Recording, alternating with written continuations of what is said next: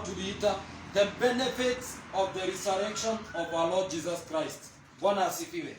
Na jambo la kwanza, kwa sababu tulinena mambo matatu, ningependa kuguzia hayo mambo matatu tu, niguzie kwa juu kisha tuweze kuingia katika jambo la nne.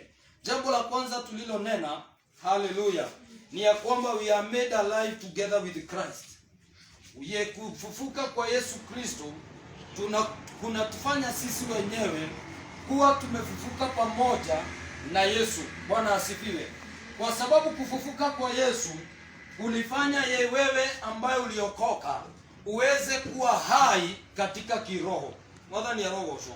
Ni kuri andu makoragwo makuite kiroho, lakini wakati Yesu alifufuka alitusaidia sisi wenyewe kufufuka katika yeye, kufufuka ndani yake. Jina la Bwana lipewe sifa.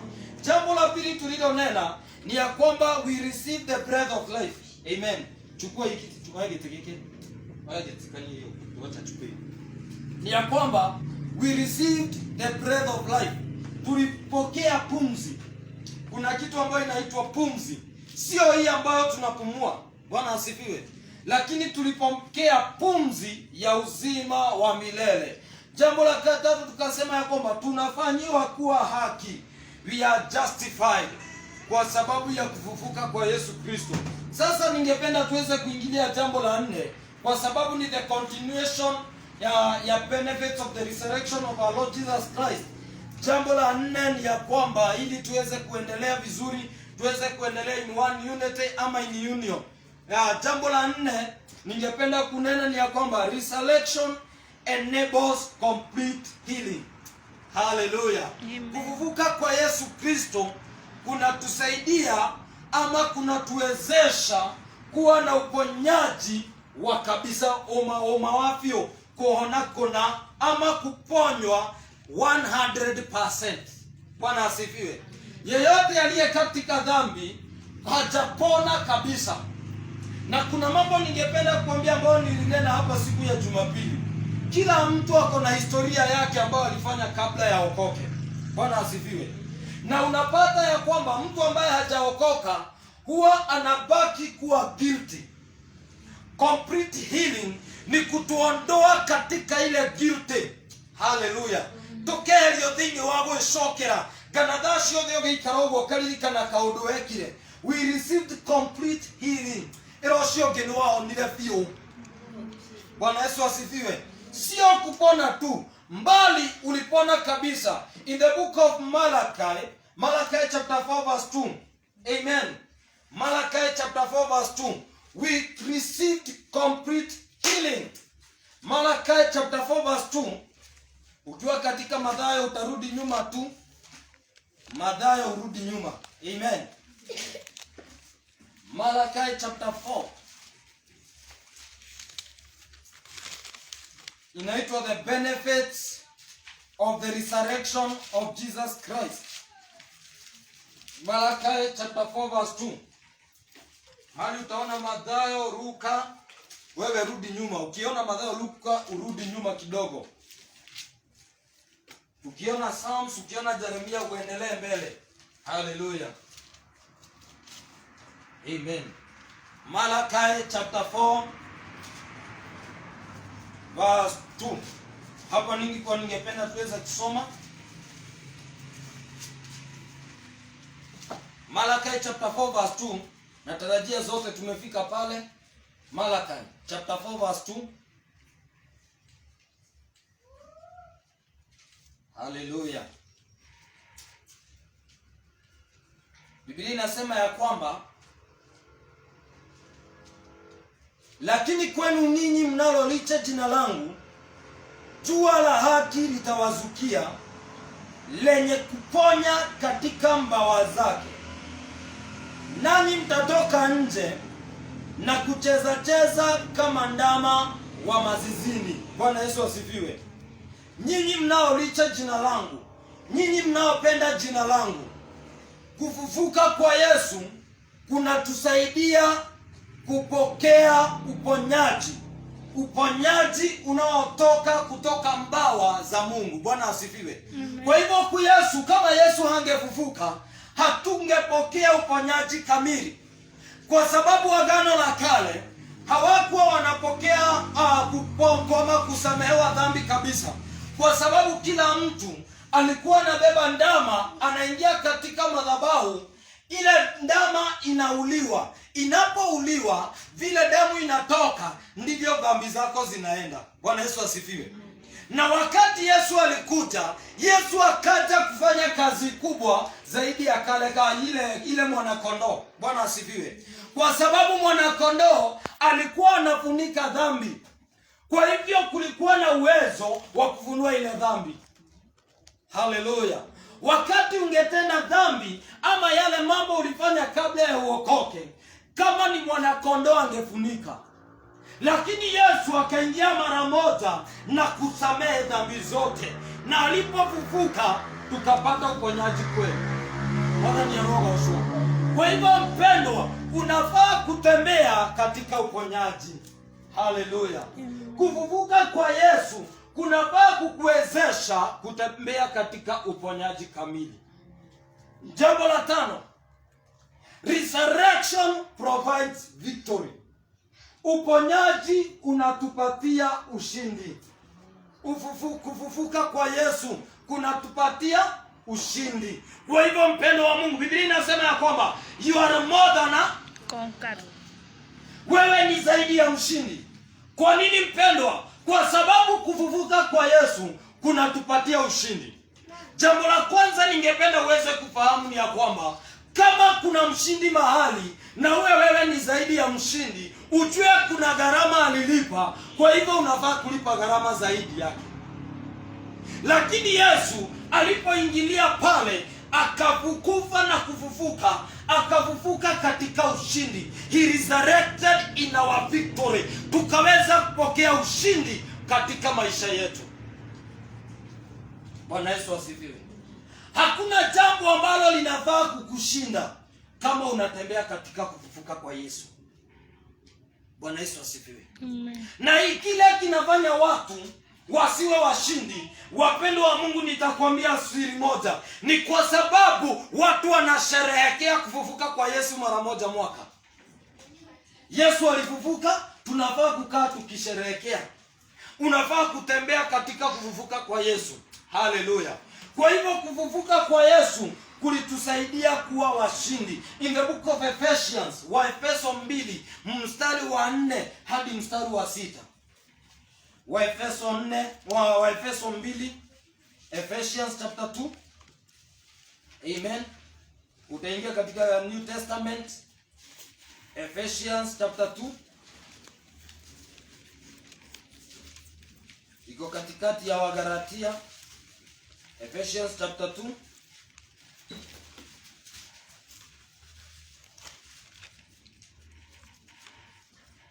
Inaitwa nguvu ama uzuri wa kufufuka kwa Yesu. The benefits of the resurrection of Jesus Christ.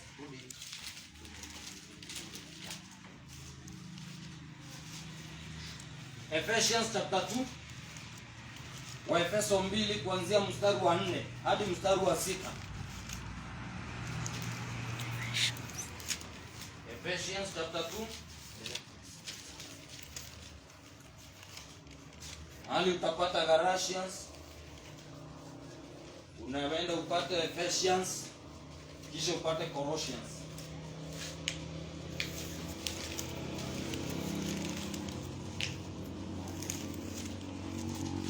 Ephesians chapter 2. Biblia inasema ya kwamba Ephesians chapter 2 verse 4. Biblia inasema, lakini Mungu kwa kuwa ni mwingi wa rehema, kwa mapenzi yake makuu aliyotupenda, hata wakati ule tulipokuwa wafu kwa sababu ya makosa yetu. Bwana Yesu asifiwe. Alituhuisha pamoja na Kristo. Yaani tumeokolewa kwa neema. Verse 6. Akatufufua pamoja naye, akatuketisha pamoja naye katika ulimwengu wa roho katika Yesu Kristo. ili katika zamani zinazokuja audhihirisha wingi wa neema yake upitao kiasi kwa wema wake kwetu sisi katika Kristo Yesu. Kwa maana umeokolewa kwa imani, kwa neema, kwa njia ya imani, ambayo hiyo haikutokana na nafsi zenu, ni kipawa cha Mungu. Bwana Yesu asifiwe. Biblia inasema ya kwamba kwa vile Mungu ni mwingi wa rehema. Yohana 3:16 ina Biblia inasema kama vile Mungu aliupenda ulimwengu, kwa sababu Mungu alijawa na rehema, alimtoa mwana wake wa pekee akafa, ili wewe mpendwa atakapokuwa anafufuka ufufuke pamoja naye. Bwana Yesu asifiwe. Kwa sababu tulikuwa wafu wakati hatukuwa tumeokoka. Yeyote ambaye hajaokoka, he is separated with God. Bwana asifiwe. Lakini mtu ambaye ameokoka na amelala ama ameaga, yeye amekuwa separated na ulimwengu, but in the presence of the Lord. Bwana Yesu asifiwe.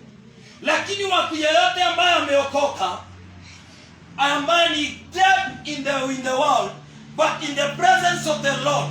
Bwana Yesu asifiwe. Na wakati ulikuwa hujaokoka mpendwa, Yesu akafa msalabani, Yesu kisha akapelekwa katika kaburini, baada ya siku 3 akafufuka. Na alipofufuka, maandiko inasema ya kwamba alifufuka pamoja nasi. Bwana Yesu asifiwe. Kuna watu husema mimi huenda kanisani, mimi sifanyi makosa, mimi sifanyi mambo mengine, lakini sijakiri. Mpendwa, huyo atakapokufa ataelekea jehanamu. Kuna swali wapendwa nitawauliza. Kuna mtu ambaye anafanya kazi katika kiwanda cha kutengeneza menegai, kutengeneza helio, kutengeneza jamaa, sabuni wa jamaa. Bwana Yesu asifiwe. Huyo mtu asipooga, huyo mtu ni msafi? Wapendwa, nimekuja nimewaambia kwa mwezi mzima sijaoga, kwa sababu nafanya kazi katika kiwanda cha sabuni, kiwanda cha menegai, kiwanda cha jamaa. Wapendwa wa Mungu, acheni niwaambie ukweli. Kufanya kazi katika kiwanda cha jamaa ama kufanya kazi katika kiwanda cha menegai, haidhibitishi ya kwamba wewe ni msafi. Kwa sababu ile sabuni ukishaitengeneza, ile sabuni haitaamka ije ikuoshe. Wapendwa, there is your responsibility kuchukua ile sabuni na kujipaka vizuri, kujisugua mwili kisha unoe. Haleluya. Katika maisha ya kiroho wengi wanafanya vile. Wanakaa katika damu ya Kristo, wanakaa katika kanisa, tukitoa sadaka wanatoa, lakini hawajakiri Yesu ni Bwana. Mpendwa, huyo mtu hawezi enda mbinguni. Bwana Yesu asifiwe.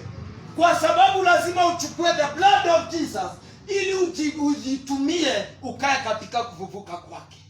Haleluya. Wapendwa wa Mungu, wakati uliokoka, mpendwa wa Mungu ulifufuka pamoja na Kristo. Mwathani arogocwo. Wewe ndoreke ibarege. Haleluya. Wewe sio wafu, wewe umefufuka. Wewe uko uhai kwa sababu ya Yesu. Vile tunavyoendelea ni ya kwamba unakufa katika ulimwengu, unakuwa mauti katika ulimwengu, lakini katika kiroho wewe umeokoka. Bwana asifiwe. Wakati hautendi dhambi, wakati ufanye vile wengine wanafanya, kwa wao wanakuwa na wewe ni mauti. Makonaga wewe ikeiba, Mwathani arogocwo. Ginyarĩrĩa ũgacoka kũrĩo nĩgetha wĩke tao, hau nĩho magakonfirm wĩ mũhonoku. But I beseech you brethren, ninawasihi kwa neema za Bwana, heri ukae kwa Mungu, uwe hai katika Mungu, lakini uwe wafu kati ya miongoni mwa watu. Yesu akasema, nyinyi sio wa ulimwengu, ulimwengu utawakataa. Wewe angalia marafiki, walevi wengi, anapolewa ukimuuliza, anakuambia mimi sina pesa. Unamuuliza umetoa wapi wapembe? Nimeingia klabu nikanunuliwa. Anakuambia nisaidia chakula. Kwa nini asiwaombe chakula? Mimi huambia watu, rudi kwa wale wamekununulia pombe, waambie wakununulie chakula. Wapendwa, hawawezi mnunulia chakula. Wapendo wa Mungu, leo hii tukiingia katika club, vile umekuwa msafi, vile unaonekana umeokoka, vile uko na Biblia, uingia club useme unatafuta mtu ambaye atakununulia pombe, aleo the meko mage kugulira joni utagigulira. Mtu anatoa 1000 anawekelea juu ya counter. Mwingine anatoa 500 na kuwekelea juu ya counter ili uweze kulewa. Kwa nini? Ni todo wa nigukure ndaguragwo nigetha uliuke mwena wao. But wapendwa, wacheni tusimame katika kufufuka kwa Yesu Kristo. Bwana asifiwe. Amen. Jambo la 6. Resurrection gives us hope for today. Kufufuka kwa Yesu kunatupea tumaini la leo. Kufufuka kwa Yesu kunatupea tumaini la leo. Hallelujah. Hapo tu Ephesians chapter 2, ningependa tusome verse 12. Kufufuka kwa Yesu kunatupea tumaini la leo. Verse 12. Inasema hivi, kwamba zamani zile mlikuwa hamna Kristo, mmefarakana na jamii ya Israeli, wageni wasio na maagano ya ahadi ile, mlikuwa hamna tumaini, hamna Mungu duniani. Bwana Yesu asifiwe. Wakati ulikuwa hujaokoka, mpendo wa Mungu, ulikuwa hauna tumaini. Haukuwa na tumaini. Ndiposa watu wengi wanaouana, watu wengi wanaojiua ni wale ambao hawana tumaini. Mwana ni rogosho. Mtu ambaye hana tumaini ni mtu ambaye hana kesho yake. Ni mtu ambaye haoni kesho yake vile ilivyo kubwa. In the book of 1 Peter chapter 1 verse 13, nisome kwa haraka. 1 Peter chapter 1 verse 13. Ningeomba wewe ufunguange katika kitabu cha Warumi, Romans. Ni wa Roma, wewe fungua katika kitabu cha Warumi, Roma 15:13. Nisome wa Petro wa kwanza. Roma 15 mstari wa 13. Romans chapter 15. Matthew, Mark, Luke, John, Acts.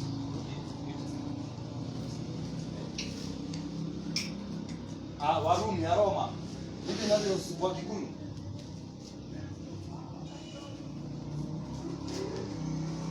First Peter inasema hivi, chapter 1 verse 3. First Peter.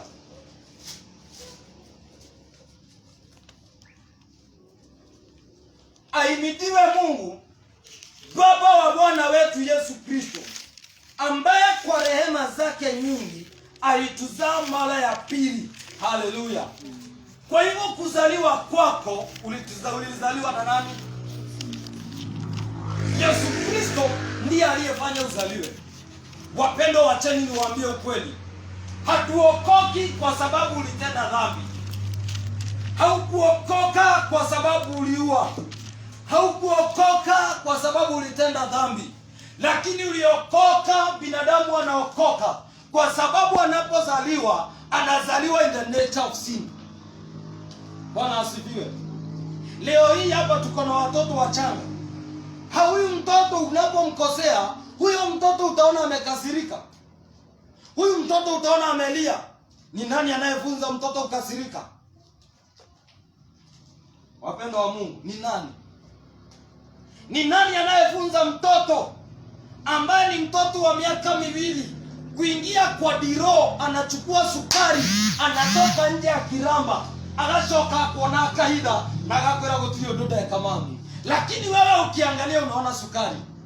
Unamuuliza kamamu, nikio wekaga gotile, sio sukari ulikuwa unakula?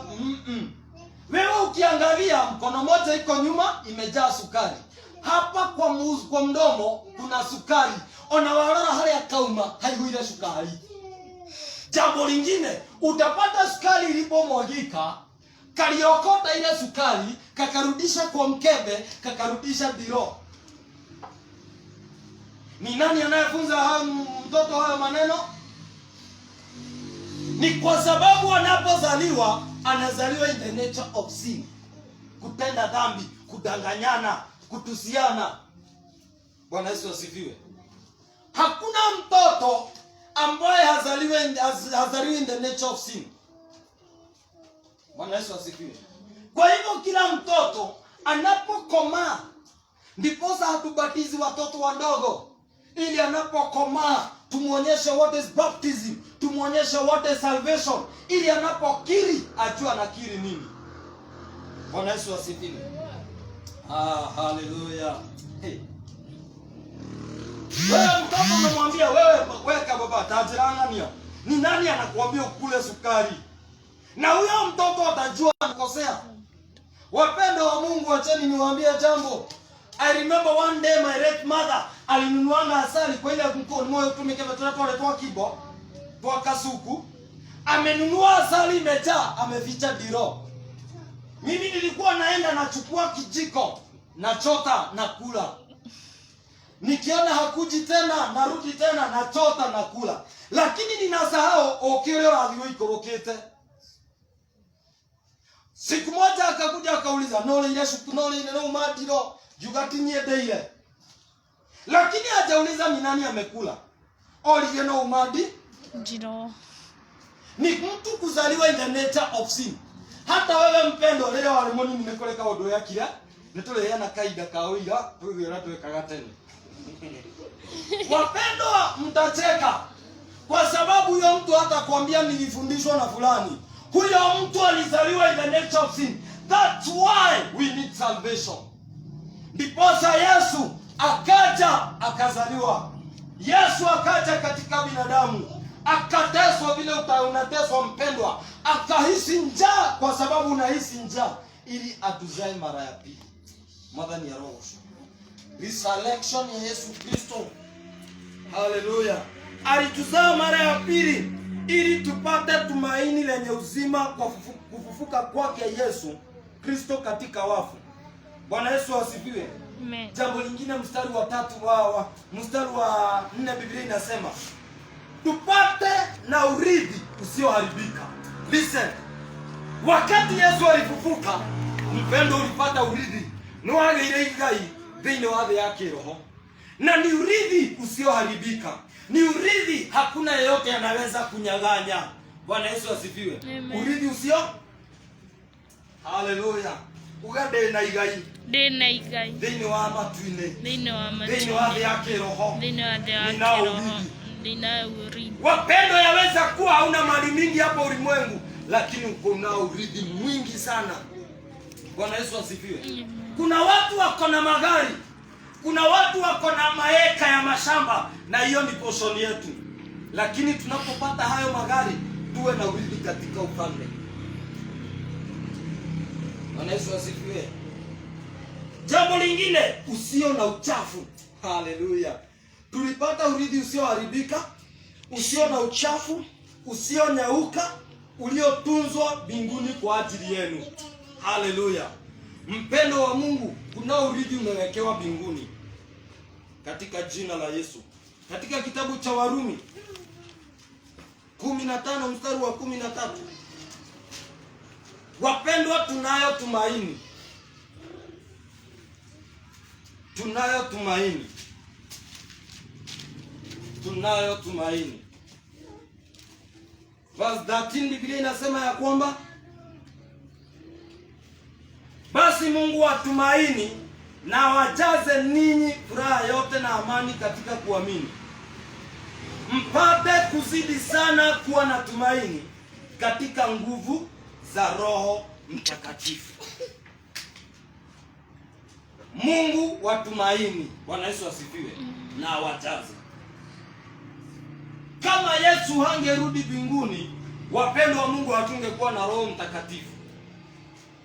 Kufufuka kwa Yesu kulituwezesha mpendwa, ili wewe ujae na tumaini. Uwe mtu ambaye ako na tumaini. Kwa nini mpendwa? Hata kama hauna chakula, ni hiyo yokoga na no gore dhini wale torea Yesu. Ni kuwa na tumaini. Hata kama mpendwa hauna pesa, unayo tumaini. Hata kama sina pesa, nitapata pesa katika jina la Yesu. Ni tumaini. Kwa hivyo kufufuka kwa Yesu ulitupatia tumaini la kila siku. Ndiposa unapata wakati mwingi kila mtu kuna jambo anapanga. Si hapa tumesema siku ya Thursday tunayo ibada? Ni kwa sababu tunayo tumaini. Bwana Yesu asifiwe. Hayo ni mambo 6 ambao ni benefits of the resurrection of Jesus Christ. Jambo la mwisho ambalo ningependa tuweze kuangalia, how to live in a resurrection power. Jinsi ya kuishi katika nguvu za kufufuka kwa Yesu Kristo. Kwa sababu niliusema ya kwamba if you celebrate Resurrection Sunday once a year, you are missing out. You can live and walk in resurrection power every day. Kama unasherehekea kufufuka kwa Yesu Jumapili moja mara moja mwaka, mpendo wa Mungu unakosea.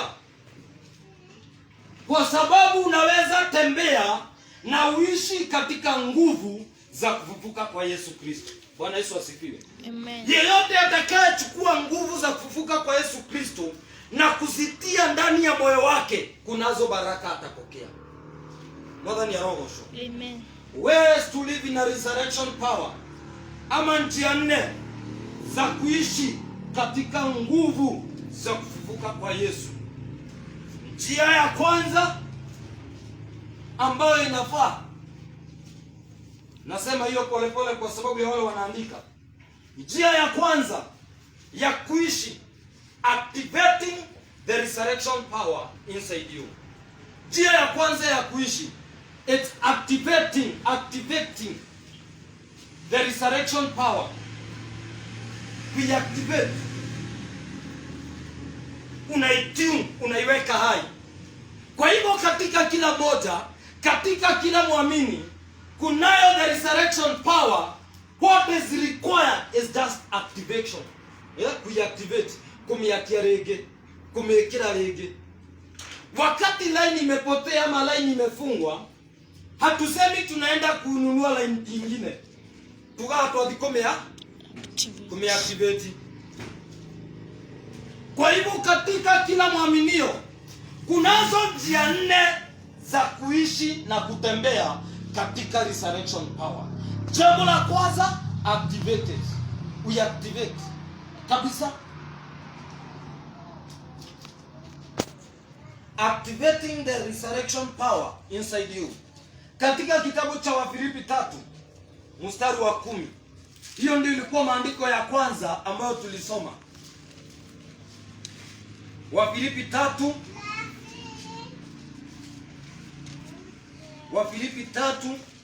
mstari wa 10.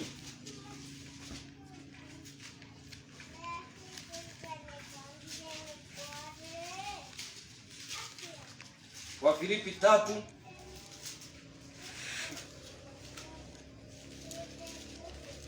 mstari wa 10. Mahali kuna Wakolosai, ukirudi nyuma utapata Wafilipi, upata wa Efeso. Hapo ndipo Wafilipi ipo. Wafilipi 3. Mahali tulikuwa tu kwa Efeso.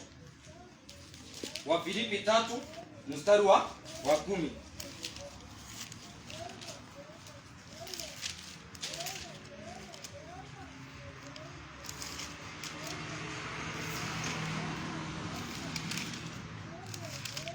Sijui ya Kiingereza inasema nini? Ya Kiswahili inasema,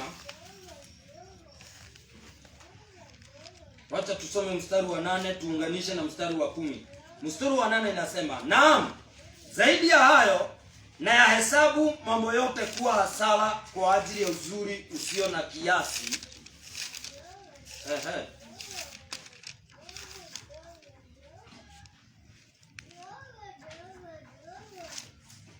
Amen. Yeah. Verse 7. Wacha nataka tusome mstari wa 7 na mstari wa 10. Lakini mambo yale yaliyokuwa faida kwangu naliyahesabu kuwa hasara kwa ajili ya Kristo. Mstari wa 10.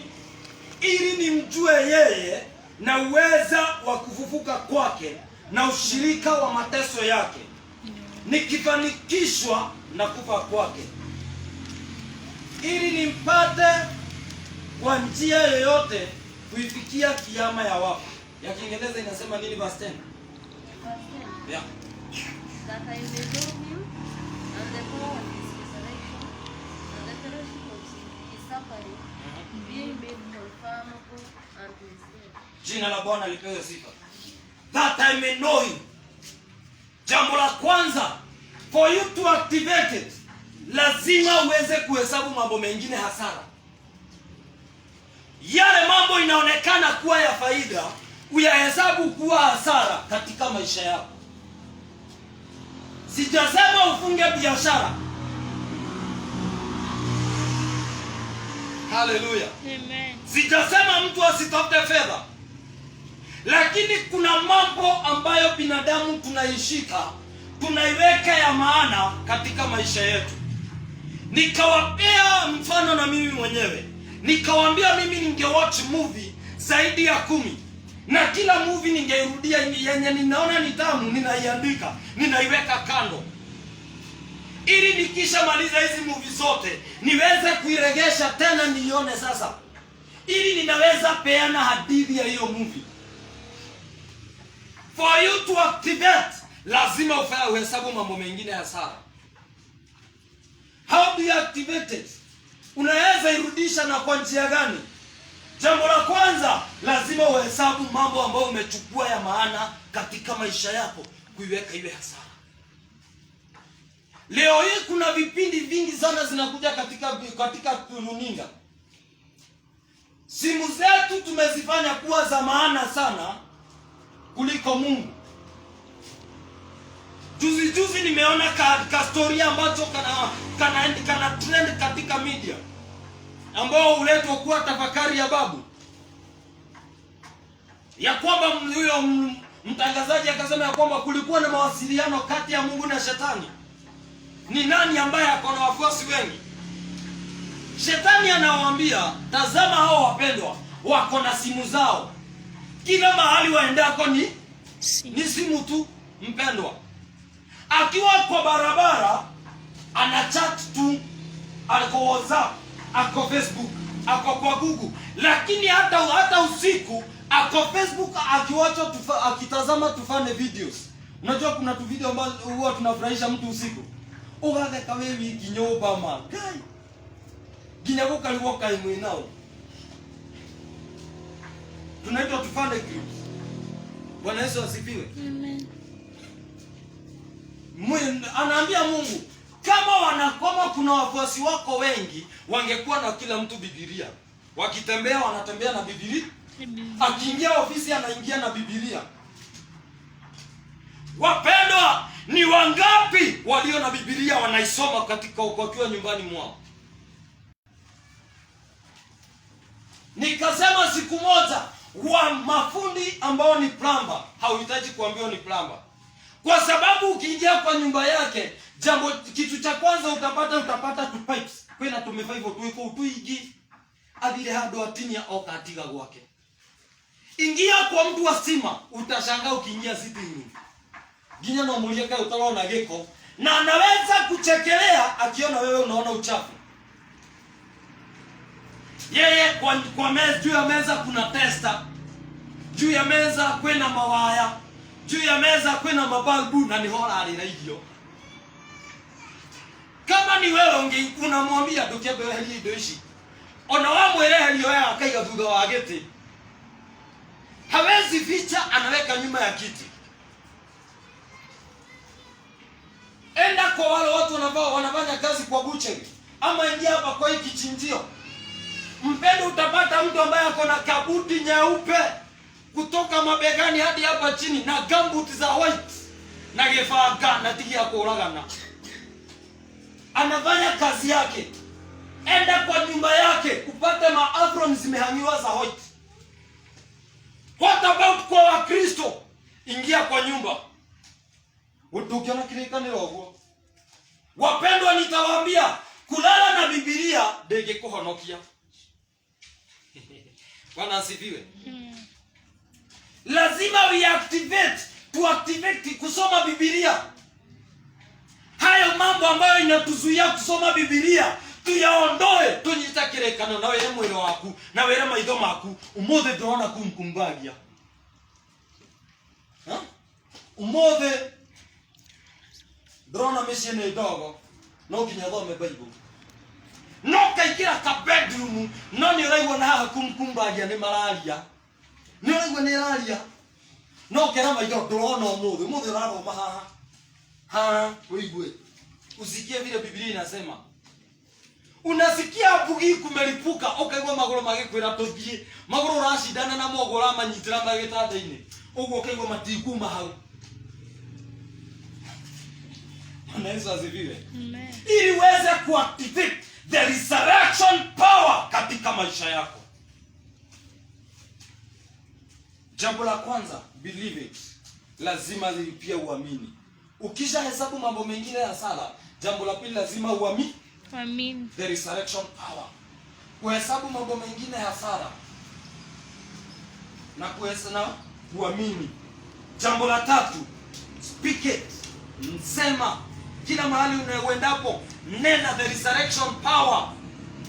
Tika kwa jori ya bugi mara kile igana abugi na plagia na metari na tanu tigana nao era andu ni kuri hinya wa kuriuka kwa Jesu. Jesu ni aliukira mutharaba-ini. Ni wangapi wenu muthenya no uthire? Siku inaisha. Inakuanga changamoto jioni ukifika kwa nyumba unajiuliza, leo nimenena nguvu kwa watu wangapi? Nguvu za Mungu kwa watu wangapi? Kwa sababu Mungu anaweza leta mtu ambaye atakuja kukuambia BBI. Wapendwa, sitakuficha mimi sijawahi soma BBI, no ndiaragia BBI. Tondu ndimithomete. Ndaragia BBI ya heaven. BBI ya heaven ni njega. Neno la Mungu is more than BBI. Bwana Yesu asifiwe. Neno la Mungu ni zaidi ya BBI. Kwa sababu watu wanaonena ni watu hawajajua the resurrection power. Speak it. Speak that resurrection power. Jambo la tatu, act on it. Act on it through application. Usitembee kama mtu hana tumaini. Mtu akisema hakuna tumaini, ndio kimwera na newe tondu urona gutire na kirigiriro. Ni thini wako ni njui kwina kirigiriro. Ucoke utembee ta mundu ina kirigiriro. Bwana Yesu asifiwe. Ucoke umenye utembee a pregnant woman ama mama yeyote ambaye anatarajia dadia hata mundu utarerigirira. Mwathani arogocwo. Hata kama kunaweza tokea any problem, matuko-ini macio ma mieri kenda anatembea anaongea mtu ambaye anajua ndina kirigiriro. Bwana Yesu asifiwe. What about Christians? Yeyote ambaye anajua kuna resurrection power, tembea katika resurrection power. Nena katika resurrection power.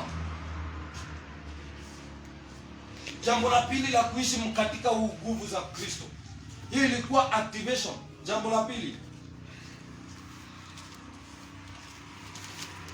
live healed.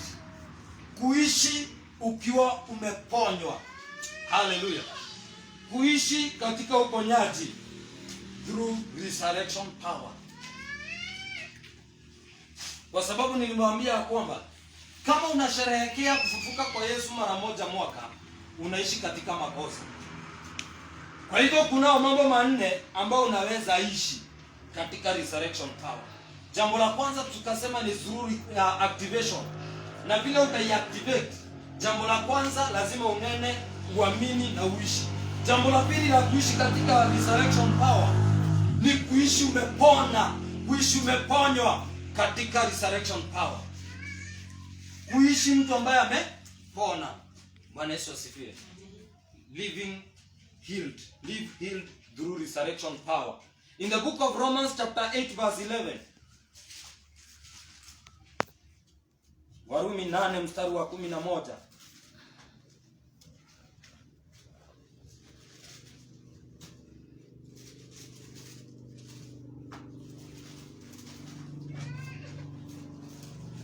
Warumi 8 mstari wa 11.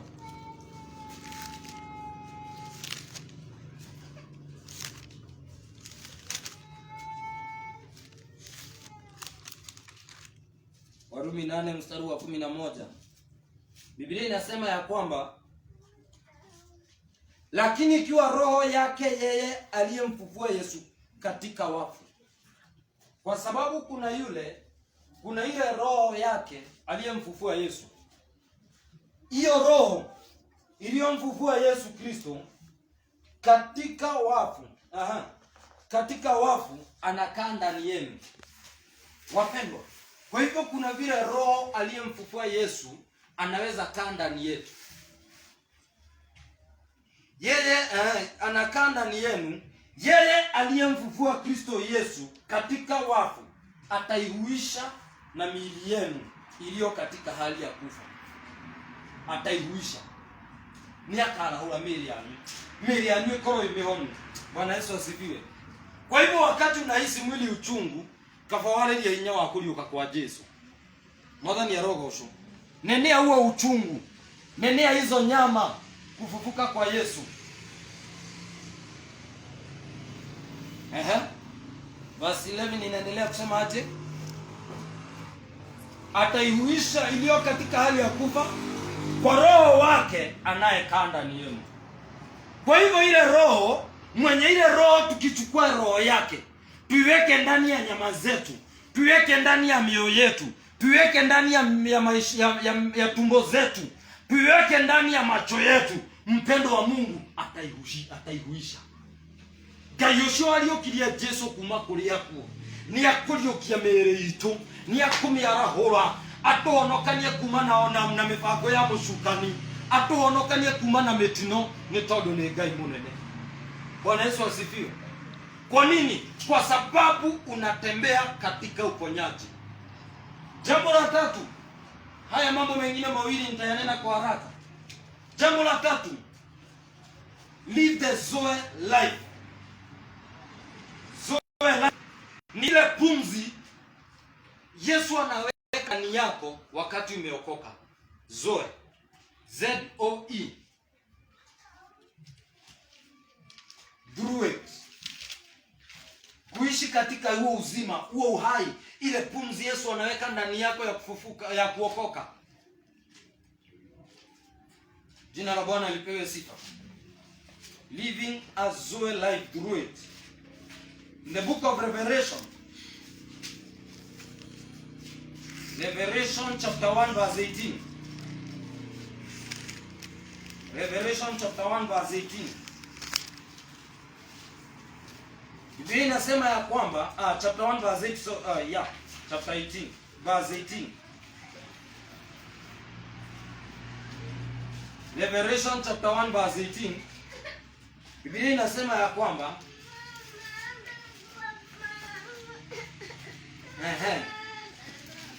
na aliye hai, nami nalikuwa nimekufa, na tazama ni hai hata milele na milele, nami ninazo funguo za mauti na za kuzimu. Wacha tuanzie mstari wa 17. Nami nilipomuona nalianguka miguuni pake kama mtu aliyekufa. Akaweka mkono wake wa kuume juu yangu akisema, usiogope, mimi ni wa kwanza na wa mwisho na aliye hai. Nami nalikuwa nimekufa, na tazama ni hai hata milele na milele, nami ninazo funguo za mauti na za kuzimu. Haya maono Yohana aliyoyaona katika kitabu cha Ufunuo moja.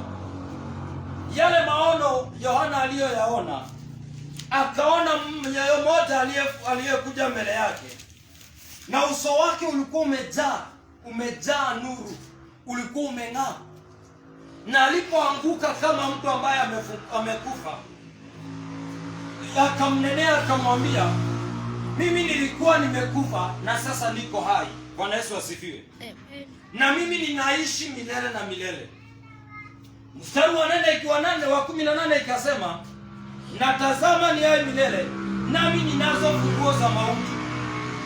Kwa hivyo yeyote ambaye anaishi katika uponyaji, katika Zoe life, katika ile hali ya kuishi, katika ile mahali ya Roho wa Bwana kuwa katika moyo wake, huyo mtu hatakufa.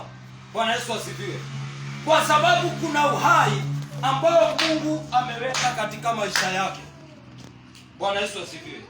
Na ndiposa ninawaambia wakati mwingine, wakati mtu ambaye ameokoka, mtu ambaye ameitanishwa na Mungu, mtu ambaye amekufa, huyo mtu hakufi milele. Bwana Yesu asifiwe. Huyo mtu haendi jehanamu. Huyo mtu anaenda mahali ambapo pamefichwa. Lakini mtu ambaye hajaokoka, yeye anaenda katika moto wa milele daima. Kwa hivyo resurrection power lazima ukae katika kufufuka kwake. Jambo la nne la kukaa katika kufufuka kwake, lazima ukae huru. Haleluya. Lazima ukae huru. Live free katika kufufuka kwake. Biblia inasema katika kitabu cha Yohana 8:8, ukiendelea pale mstari wa 30 na kuendelea, maandiko inasema ya kwamba utajua ukweli na ukweli utakuweka. Ye shall know the truth and the truth shall make you free. Kwa hivyo yeyote ambaye anataka kuishi katika resurrection power, jambo la kwanza lazima aishi katika maisha huru. Ujue ya kwamba nilifunguliwa kutokana na minyororo mwathani ya roho. Amen. Na nikienda mwelile wa muthenya wa Sunday, yeyote ambaye ameokoka, yeye anafanyiwa kuwa kiumbe kipya. Na kiumbe chochote ambacho ni kipya ni kiumbe ambacho kimewekwa huru. Wapendwa, let us walk, let us live in the resurrection power. Na yeyote atakayeishi katika resurrection power, lazima Mungu ataishi kumuonekania. No kinyaga yare mwabararagia. Mwathani ya roho. Hili ndilo ombi langu kwenu kanisa. Wapendwa, tuishi katika kufufuka kwa Yesu. Yesu ni aliokire na inya wa kuriuka ulioho. Tuchukue ile nguvu na tutembee katika hiyo nguvu. Bwana Yesu asifiwe. Wapendwa wa Mungu, ningependa tusimame. Tutembee katika kufufuka kwa Yesu. Tuishi katika kufufuka kwa Yesu. Tusimame na miguu yetu katika jina la Yesu. Tusimame katika jina la Yesu. Makabarabaganda. Rekata mazeke ribago bimazeka yanda. Ningependa uweze kuinua mikono yako. Wireka inekwenda guthiaga thiini wa na inya wa kuriuka gwaku. Ni kwenda gutwaranaga na kuriuka gwaku Ngai. Ni kwenda guikaraga thiini wa kuriuka gwaku. Ili maisha yangu iuishe, mienendo yangu iuishe katika jina la Yesu. Wapendwa, anza kunena na Bwana. Iraka ideithia. Hinyosho wariokirie Yesu. Hizo nguvu zilizomfufua Yesu nami zikakae ndani yangu. Hizo nguvu zilizoweka Yesu kuwa hai, hizo nguvu zikakae katika maisha yangu. Nikawe huru, niwe nimefunguliwa. Reba shekeri baba borizaya. Rama mama yanda. Rekata baba gande. Ribabori nazaya. Shakara babori nabori taya. Reketerene bayanda. Yehova tusaidie. Jehova tusaidie. Saidia wapendwa wako. Saidia wazee. Saidia wamama. Saidia wavulana. Saidia wasichana Jehova kuishi katika nguvu za kufufuka. Nekoya inyosio waliokiria Yesu. Roho waliokiria Yesu. That Holy Spirit, that Spirit to be upon us. That Spirit ikawe juu ya maisha yetu katika jina la Yesu. Tukaweze kuishi katika uhai. Tukaweze kuishi katika ushindi. Wapendwa, hawa ninawaombea Jehova kwa sababu ya nguvu za kufufuka kwa Yesu. Jehova hinyoshiro iguru yao. Hinyoshiro iguru ya miturire yao. Hawa wapendwa Jehova, yaweza kuwa wanazo projects, wengine wanazo projects ambazo wanaanzia. Baba, ninawaombea nguvu za kufufuka kwa Yesu zikawe juu ya maisha yao. Hizo projects zikaweze kuwa successful katika jina la Yesu. Mpendwa wa Mungu, ninakuombea baraka za Mungu. Ninakuombea nguvu za Bwana. Hinyore waliokiria Yesu na ikawe juu yako. Hinyore waliokiria Yesu agetweka muhotani. Hizo nguvu ninakuombea zikawe juu yako, ili ukawe mshindi. Project sio the way na sio. Ninakunenea baraka. hizo project zikawe successful. Kama kuna milima inasimama mbele yako kwa sababu ya nguvu za kufufuka kwa Yesu, ninaombea hizo project, ninaombea hiyo milima. Kunazo nguvu ambazo zilifufua Yesu, utembee nazo kuanzia sasa. Urobo kila inyosio, pokea hiyo nguvu ya kufufuka kwa Yesu. Amen. Tembea katika hiyo kufufuka. Katika ile biashara unafanya, pokea nguvu za kufufuka kwa Yesu, ili Jehova akahuishe hiyo biashara. Nedalia hinyawa Ngai, wewe unapata customer, dahoya Ngai akatume makwateja ambao watakuja katika biashara yako. Wewe unahitaji Mungu akafungue malango. Ninaomba Mungu akafungue hayo malango katika jina la Yesu. Tunaomba na hata kuamini. Ningependa wapendwa wa Mungu tuweze kushangilia Bwana. Haleluya. Pigia Bwana Yesu makofi mazuri.